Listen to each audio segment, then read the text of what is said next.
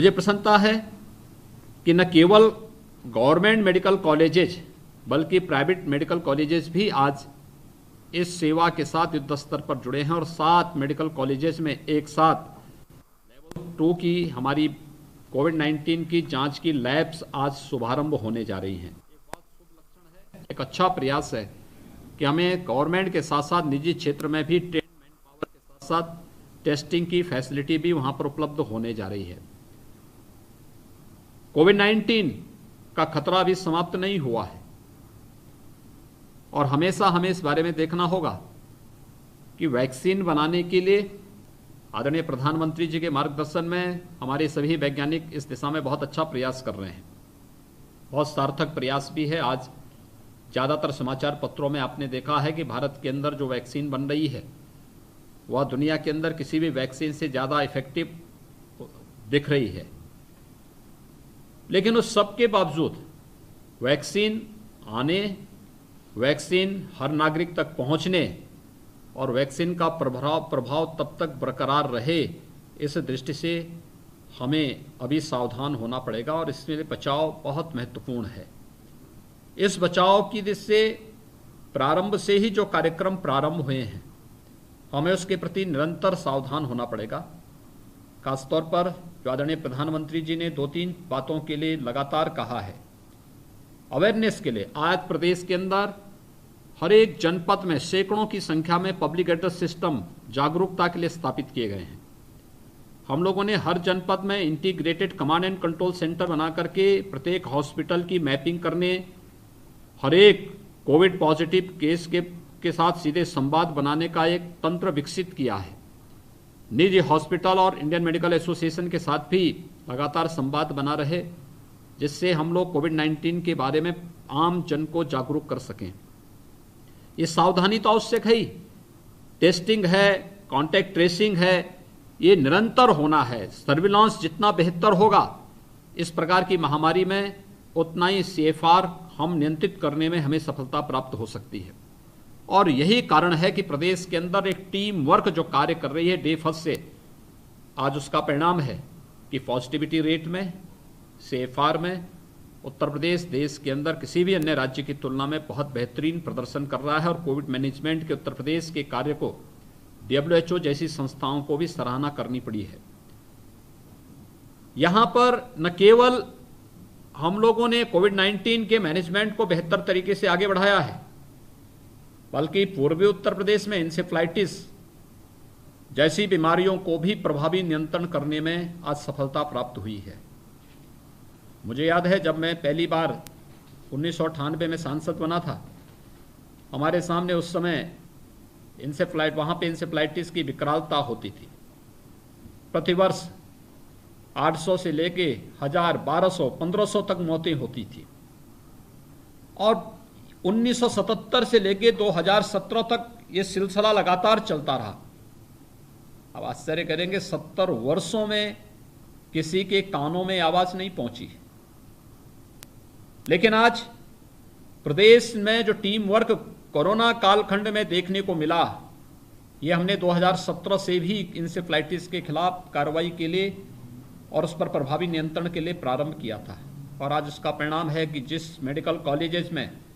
700, 800, 900, 1000, 1200, 1500 तक मौतें होती थी प्रतिवर्ष, उसी मेडिकल कॉलेज में केवल 21 मौत हुई हैं।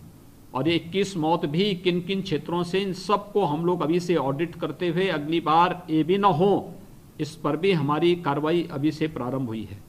लेकिन इसके लिए प्रत्येक विभाग को एक साथ मिलकर के बेहतर समन्वय के माध्यम से इस कार्यक्रम को आगे बढ़ाना पड़ा है। स्वच्छता के लिए, शुद्ध पेयजल की आपूर्ति के लिए, अन्य कार्यक्रमों को एक साथ जोड़ने के लिए हमें बहुत तेजी के साथ आगे बढ़ना पड़ा है। और आज जहां हम लोगों ने इन सभी बीमारियों को नियंत्रित किया है, वहीं मुझे इस बात की भी प्रसन्नता है कि हम न केवल इसको लेकर के बल्कि एप्रेसिस यूनिट अलग अलग मेडिकल कॉलेजेस में प्रारंभ हो रही है। ये खासतौर पर प्लेटलेट्स काउंट जब भी डेंगू के कारण या किसी वायरल फीवर के कारण किसी व्यक्ति के अंदर कम होती हैं,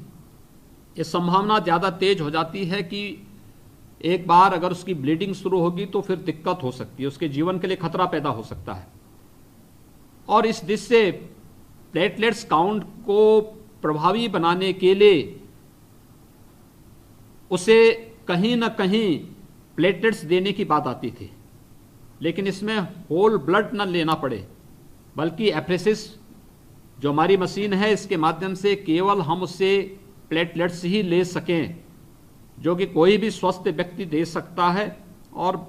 बहुत प्रभावी हो, किसी भी व्यक्ति की जान उससे बचाई जा सकती है। ये सेवा देने की बात हो या फिर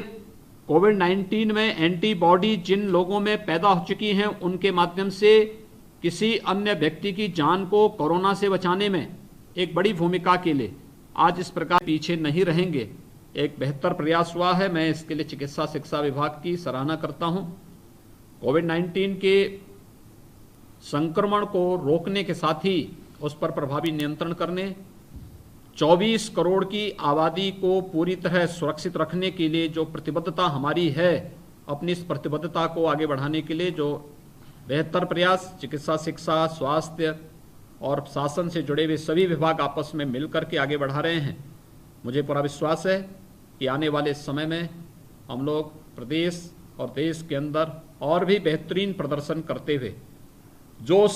मेडिकल कॉलेजेज हमारे अभी बचे हैं, गवर्नमेंट मेडिकल कॉलेजेज होंगे या निजी क्षेत्र के मेडिकल कॉलेजेज होंगे, डिस्ट्रिक्ट हॉस्पिटल में हम लोगों ने मंडलीय स्तर तक के जो हमारे हॉस्पिटल हैं वहाँ पर पहले चरण में हम लोगों ने PS लेवल 3 लेवल 2 की लैब्स पहले चरण में स्थापित करने की कार्रवाई प्रारंभ की थी। इसे अपग्रेड करने की कार्रवाई भी होनी चाहिए, लेवल 3 की लैब्स हर एक जगह स्थापित हो, क्योंकि इस समय की मांग है और आज की आवश्यकता भी है। अन्यथा हम लोग इस बात को देखते हैं कि अक्सर जब भी कोई वायरस आता है, ये कह दिया जाता है कि अज्ञात बीमारी से मौत हुई है, क्योंकि हमारे पास उस समय जांच के कोई भी हमारे पास लैब्स नहीं होती, टेस्टिंग की कोई सुविधा हमारे पास नहीं होती है। और फिर एक समय के बाद जैसे वायरस का प्रभाव कम होता है तब तक जांच आती है तो फिर उसको एक प्रकार से नज़रअंदाज कर दिया जाता है। हर एक नागरिक को जीने का अधिकार है और मुझे लगता है शासन और उससे जुड़ी हुई सभी व्यवस्थाओं का दायित्व बनता है कि वह प्रत्येक नागरिक को स्वास्थ्य की इस बेहतर सुविधा को उपलब्ध कराने के लिए अपना पूरा योगदान दें। मैं आज के इस अवसर पर जब प्रदेश के अंदर इतनी सुविधाएं एक साथ उपलब्ध हो रही हैं, अलग अलग मेडिकल कॉलेजेस में भी, निजी मेडिकल कॉलेजेस में भी, चाहे वह एप्रेसिस यूनिट का है, डेंगू जैसी बीमारियों में इसकी बहुत बड़ी भूमिका है, और प्लाज्मा डोनेट करने के लिए एंटीबॉडी परीक्षण हेतु जो केमिलुमिनेसेंस विधि का जो उद्घाटन आज यहाँ पे होने जा रहा है, एक बहुत प्रभावी कदम है। मैं इन सब के लिए प्रदेशवासियों को बधाई देता हूँ, अपनी शुभकामनाएं देता हूँ। चिकित्सा शिक्षा विभाग को इन सभी कार्यक्रमों को नेतृत्व देने के लिए